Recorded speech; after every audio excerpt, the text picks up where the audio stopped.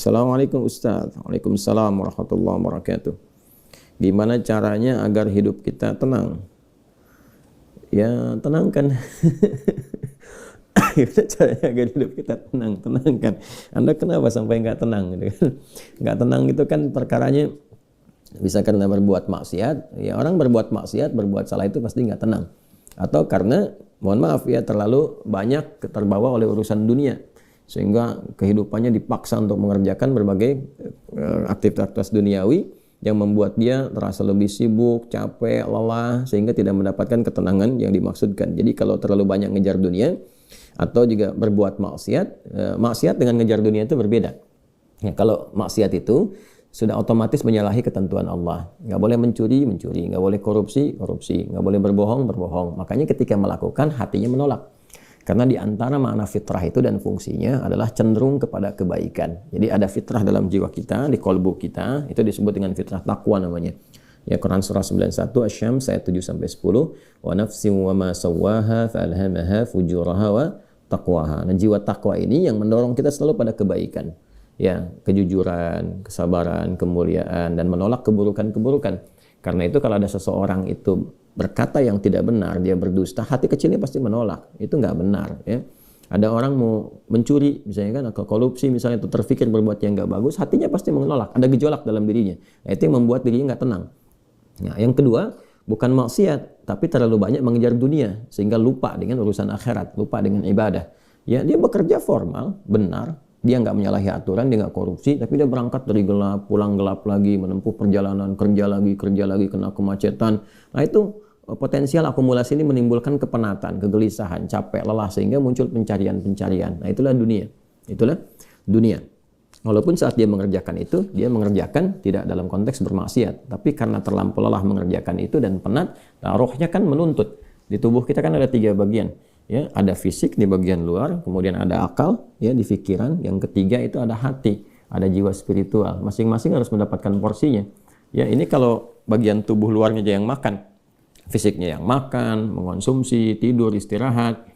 Ya, kemudian akalnya nggak pernah dipakai, nggak pernah belajar, nggak pernah baca, nggak pernah apa. Ini akalnya juga bisa protes, tumpul, nggak nyaman. Ya, sebaliknya juga, kalau dia misalnya ya makan, minum, kerja, aktivitas, olahraga, akalnya dipakai, dia baca dan sebagainya, tapi rohnya nggak pernah diberikan porsinya. Dia nggak pernah ibadah, nggak pernah sholat, nggak pernah baca Quran dan sebagainya. Maka ini yang generator kehidupannya, ini sumber ketenangannya, maka tetap akan gelisah.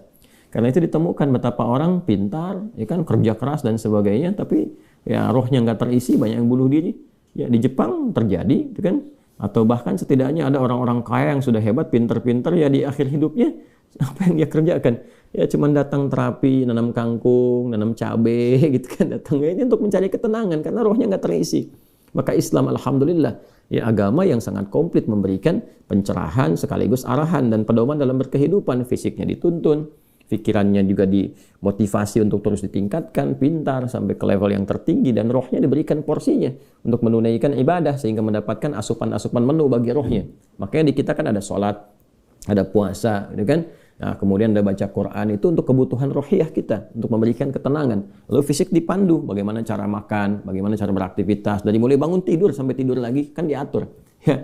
Lalu pikiran turun ayat-ayat untuk menjadikan pikiran itu terlatih kuat, kan? Bahkan sampai ke level yang tinggi, jenius dan sebagainya. Turun ayat tentang Iqra, banyak baca, turun ayat tentang tadabbur, afala yanzuruna ilal ibili kaifa khuliqat afala yatadabbaruna al-Qur'an, turun ayat tentang riset, inna fi khalqis samawati wal ardi wa ikhtilafil laili wan nahari la ayatil ulil albab, gitu kan? Dan seterusnya. Itu supaya semua terstimulus. Nah, jadi kalau ingin tenang, bagaimana cara hidupnya tenang? Seimbangkan 3 bagian tadi. Jadi pikiran kita dilatih supaya kuat, ya supaya tajam dalam berpikir dan mengarahkan bagian tubuh kita untuk bertindak secara benar. Tubuh ini dilatih ya dengan berolahraga, makan yang benar. Ayat-ayatnya banyak sekali. Ya ayyuhan nasu kulu mimma fil ardi halalan thayyibah. Hai orang-orang, hai manusia semuanya, hai orang-orang, hai manusia, silahkan engkau makan sesuai dengan porsi kebutuhan dari yang halal, sumber yang halal, cari yang menyehatkan. Itu di Al-Baqarah 168. Nah, kalau sudah sehat, tubuhnya sehat, dipakai aktivitas, olahraga. Kan banyak hadis-hadis tentang olahraga itu.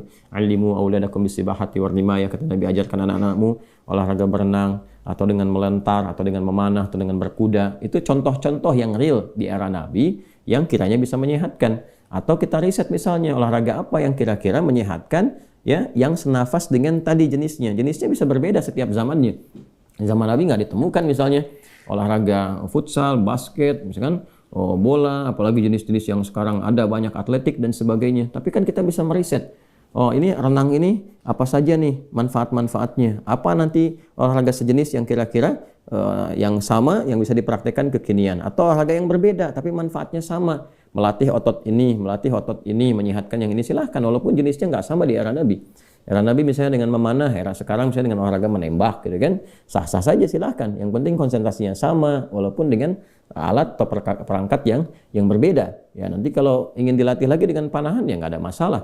Jangan disimpulkan begini, kalau kalau panahan sunnah, kalau menembak misalnya bid'ah, nah itu sempit dalam berfikirnya. Ya, dan Nabi pun kan visioner. Di zaman Nabi mengatakan, ajarkan anak-anakmu berenang. Berenang di mana? Di padang pasir. Ya kan? Kan tidak mudah mendapatkan tempat renang, ya kan? Nah, tapi kita tarik ke sekarang kan itu visi yang panjang. Kalau di riset, di berenang ini adalah olahraga yang menyehatkan otot ini, otot itu, untuk cedera, untuk saraf kejepit, untuk macam-macam misalnya. Nah, itu sesuatu yang bisa kita riset, lalu kita bisa keluarkan jenis-jenis baru yang mengambil dari manfaat itu. Itulah riset. Itulah riset. Nah, terkait dengan ketenangan ini, apa amalan pokoknya? Karena ketenangan bagian dari pikiran yang disupport oleh keadaan jiwa. Jadi intinya di kolbu. Ketenangan itu intinya di kolbu. Jadi kalau kolbunya nggak tenang, hatinya nggak nyaman, hatinya nggak tenang, itu kebawa ke pikiran.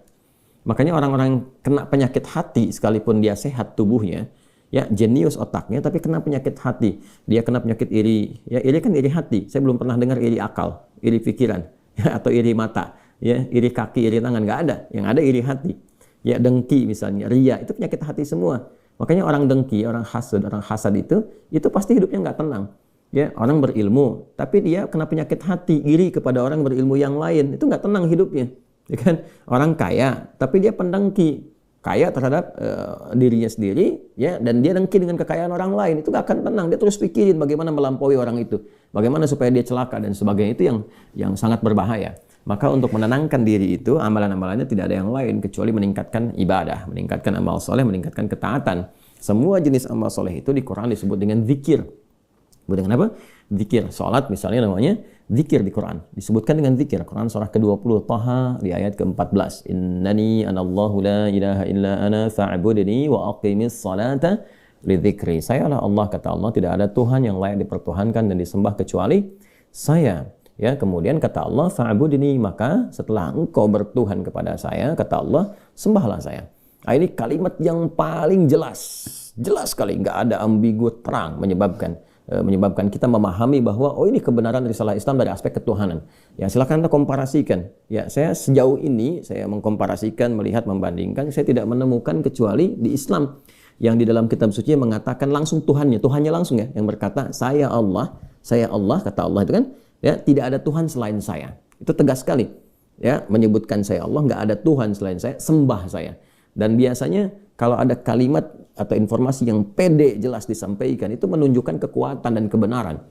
Kekuatan dan kebenaran karena Allah dengan sendirinya, dia kan meyakinkan, ya, kita semua dengan menegaskan sifatnya tegas, dan karena memang ketuhanan itu hanya dimiliki oleh Tuhan yang benar. Nah, karena Tuhan yang benar itu mengatakan sayalah Tuhan, dengan pede mengatakan sayalah Allah, ya nggak ada Tuhan selain saya. Nggak mungkin ada klaim demikian kecuali dari yang memang benar, yang memang pede mengatakan itu, ya, karena benar, karena hak di situ. Ya, dan kemudian fa'bud, disembahlah saya. Ya, sembahlah saya. Dan kemudian dijelaskan menyembahnya bagaimana. Itulah indahnya dalam Islam. Tauhidnya diatur, ya, tentang Tuhannya. Dan kalau Anda misalnya begini, saya logikakan sederhana, ya. Orang-orang kan kalau nggak pakar, nggak punya kemampuan atau nggak sesuai dengan kualifikasinya, nggak mungkin mengatakan itu kan. Ya, ada orang mengatakan misalnya saya adalah pesilat. Mana yang mau bertarung misalnya kan, atau beruji tanding dengan saya. Kalau dia bukan pesilat, nggak mungkin dia bisa mengatakan itu. Ternyata dia bukan pesilat, misalnya kan, dia cuma pesilat lidah gitu kan, bukan pesilat tangguh, dan nggak mungkin dia mengatakan, pede mengatakan demikian. Ya, sayalah ahli kungfu misalnya kan, silahkan ada yang ingin tanding mengetes di kungfu. Kalau dia bukan ahli kungfu, nggak mungkin mengatakan demikian. Nah, ini Allah mengatakan dengan jelas, sayalah Allah, nggak ada Tuhan selain saya, sembah saya. Nah, bisa nggak ditemukan misalnya dimanapun tuh, termasuk di kitab-kitab yang disucikan, temukan. Ada nggak Tuhan yang mengatakan sayalah Tuhan, ya kan? Disebut namanya, sembah saya. Kalimat itu temukan. Ya, di Quran jelas. Kemudian fa'budni, sembah saya, wa aqimis shalah, dan tunaikan salat. Cara menyembah saya itu dengan menunaikan salat. Dan diatur, ini indahnya dalam Islam tuh. Ya. Kemudian ditegaskan, saya Allah, saya Tuhan. Kemudian nggak ada Tuhan selain saya, kata Allah. Kemudian sembah saya. Cara menyembahnya pun diatur, namanya salat. Cara mengerjakannya begini. Ya, lalu ditunjuk, diutuslah Nabi Muhammad SAW untuk mengajarkan dari awal sampai akhir, dari gerakan sampai bacaan, dari mulai hukumnya diajarkan. Ya, dari cara menghadap ke arah mana, kemudian bagaimana caranya, ya, dari mulai berwudunya bahkan sampai dengan selesainya. Ya, ini menunjukkan bahwa risalah agama ini benar. Nggak mungkin kan diada-adakan demikian. Gimana cara bisa merekayasa seperti itu terjadi? Nggak mungkin. Ya, ini dari awal sampai akhir dan nggak ada kreativitas di situ. Nggak ada kreativitas dan semua sama. Ya, orang Arab demikian, yang bukan Arab demikian. Ya, jadi nggak ada ceritanya misalnya di Arab pakai bahasa Arab, di Indonesia pakai bahasa Indonesia. Ya, di Indonesia, di Sumatera pakai bahasa Sumatera misalnya, di Jawa pakai bahasa Jawa. Tidak. Ya, Quran mau dimanapun pakai bahasa Arab. Salat dengan cara yang sama, menghadap ke tempat yang sama. Tapi terkait dengan pertanyaan ini, teruskan ayatnya. Wa aqimis salata lidzikri. Tunaikan salat kepadaku, kan, sebagai zikir. Jadi salat itu disebut dengan zikir. Berdoa juga zikir. Ya, doa juga zikir. Quran surah ke-7 ayat 205. Wadhkur rabbaka fi nafsika tadarruan wa khifatan wa dunal jahri minal qaul, dan berzikirlah, berdoalah maksudnya. Zikir ini doa. Ya, berdoalah, mohon dengan sepenuh jiwamu, dengan ketenangan, gitu kan, mintakan kepada Allah dengan penuh ketenangan. Dan mohon dengan kekhusyuan, mohon dengan penuh harap supaya dikabulkan. Nah, silakan cek, bukankah saat berdoa itu ada ketenangan? Anda punya masalah, alih-alih Anda curhat di media sosial, gitu kan? Nah, kemudian Anda arahkan untuk berdoa dengan cara yang benar, Anda ke kiblat, wudu, minta dengan khusyuk. Bukankah saat berdoa tenang?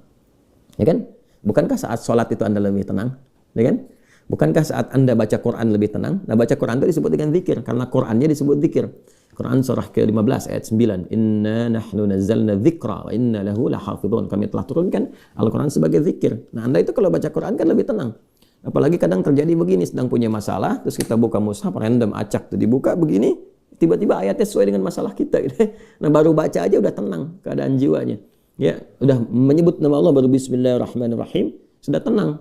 Ya, Quran surah ke-8 ayat kedua, innamal mu'minuna alladzina idza dzukirallahu wajilat qulubuhum wa idza tuliyat 'alaihim ayatuhu zadatuhum imanan wa 'ala rabbihim yatawakkalun. Jadi orang beriman itu kalau disebutkan nama Allah ada getaran, konfirmasi di jiwanya, dan kalau dibacakan kepada ayat-ayat Allah bertambah keimanan. Iman itu kan sumber ketenangan.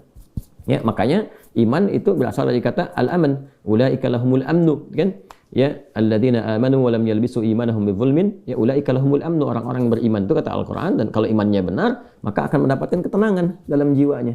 Nah, ini kalau dibacakan Quran ada ketenangan dalam diri kita. Kita dengar orang lain baca Quran aja udah tenang, apalagi kita baca sendiri, ya kan?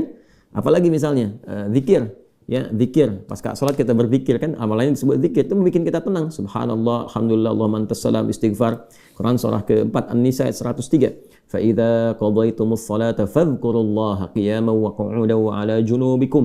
Kalau Anda telah tuntas mengerjakan salat, maka berzikirlah. Ya, subhanallah, alhamdulillah, Allahu akbar, Allahumma antas salam, ya, dari astagfirullah dulu awalnya, kan? Nah, itu membuat diri kita lebih tenang, lebih nyaman. Nah, itu semua amalan tadi disebut dengan zikir. Karena itu disimpulkanlah di Quran surah ke-13 Ar-Ra'd di ayat ke-28 ketika Allah berfirman, "Ala bi dzikrillahi tatma'innul qulub." Yakinkan pada dirimu. Ala itu harfu taukid, bukan hanya ikhbar. Huruf untuk menginformasikan sekaligus menguatkan informasi yang disampaikan. Saya tegaskannya, kata Allah, yakinkan pada dirimu dengan meningkatkan zikir kepada Allah, maka akan cenderung berdampak tenang kepada jiwa. Nah, jadi kalau Anda ingin tenang, saya ingin tenang, kita ingin tenang, gampangnya tingkatkan zikir. Zikir itu bentuknya ibadah, baik dengan ibadah fisik seperti sholat, baca Al-Quran, atau ibadah harta dengan bersedekah misalnya, ya, zakat itu kewajiban, infak itu tambahkan. Kalau ingin tenang, cobalah pagi-pagi cari orang-orang yang berhak mendapatkan itu sesuai dengan kualifikasi yang disampaikan Al-Quran dan hadis, jalan, temui, bersedekah, nggak usah banyak dipamerkan, ya, macam-macam bersedekah, sampaikan dengan tulus. Nanti Anda akan mendengar orang itu berkata, terima kasih Pak, semoga Bapak disehatkan, keluarga juga dilancarkan rezekinya, dijaga oleh Allah kemuliaannya. Oh, itu mahal sekali. Padahal yang dikeluarkan mungkin 5.000, 10.000, tapi bagi orang-orang tertentu itu sangat berharga dan melahirkan doa yang dengan doa itu mengguncang aras dan memberikan ketenangan kepada jiwa. Kan? Wallahu ta'ala a'lam bis-shawab.